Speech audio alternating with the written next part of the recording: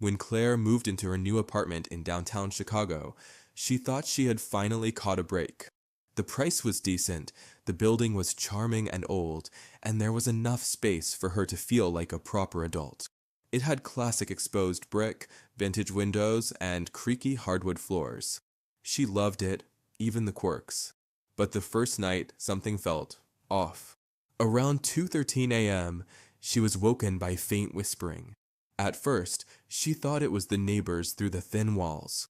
But the voices didn't sound like a conversation, more like murmuring, repeating, as if someone was reading something aloud over and over again. She pressed her ear to the wall. Silence. The next night, it happened again. Same time, same low, whispering voice. But this time, it wasn't coming from the wall. It was coming from beneath the floor.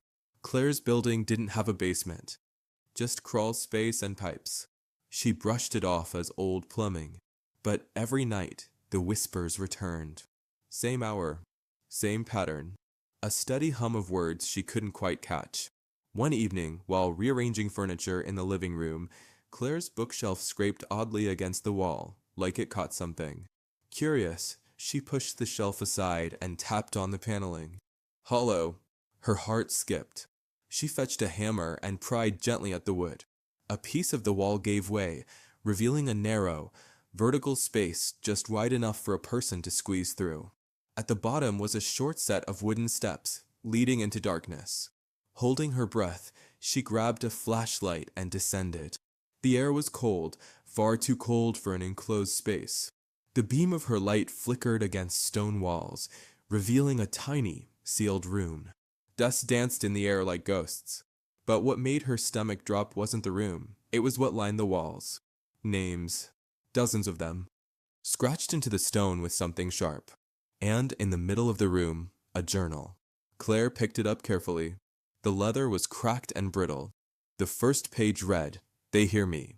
Every night. They whisper the names of those before me. I can't leave. If you found this, it's already too late." She staggered back, nearly dropping the flashlight. A gust of wind inside that sealed space blew out her light. She froze. And then, from behind her, the whispers returned. Closer now, right in her ear. Claire screamed and scrambled out of the space, slamming the bookshelf back into place. The whispers stopped instantly.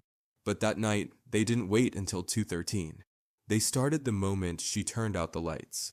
Claire didn't sleep that night. Not because she didn't try, just because the whispers never stopped. They grew louder, more urgent. Not words anymore, but soft sounds creeping up her spine like cold fingers. The next morning, she covered the bookshelf with heavy boxes and pushed her couch in front of it, just in case. But deep down, she knew, whatever it was, it didn't need doors to get in. By noon, Claire made up her mind to leave. She packed clothes into a duffel bag, grabbed her keys, and hesitated. That journal. It was still in her apartment. Maybe it had answers. Against every instinct telling her to run, she went back to the living room and slowly pulled the journal from the drawer where she'd hidden it. Page after page was filled with increasingly frantic writing. It only comes at night. I hear her crying now, not just whispers. I saw something in the mirror. It wasn't me. The names are theirs. The ones who stayed too long. Claire flipped to the final entry. The handwriting was jagged, uneven. It wants someone new. Suddenly, her lights flickered. The room went cold. Her breath misted in front of her face. And then a knock. From inside the wall. She bolted, ran for the door, but it wouldn't open. It was locked from the inside, even though she hadn't touched the latch. She tugged, pulled, slammed it with her shoulder. The whispering returned. Only now she could understand the words. Her name, over and over. Claire, Claire, Claire. She turned wide-eyed, just in time to see the bookshelf slowly sliding away from the wall on its own. The hidden door gaped open like a mouth. Darkness stretched beyond it. She screamed and ran to the kitchen, grabbed a knife, though what good would it do?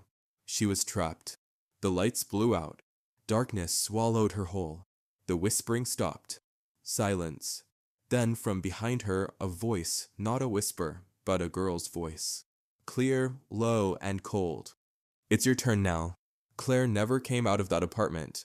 When the landlord came to check on the unit a week later, he found it completely empty, no furniture, no signs of anyone ever living there. The walls had been scrubbed clean, except one spot behind the bookshelf. Scratched into the stone were the words Claire, just one name, freshly etched. And from the other side of the wall, if you stand still enough, you can still hear her whispering,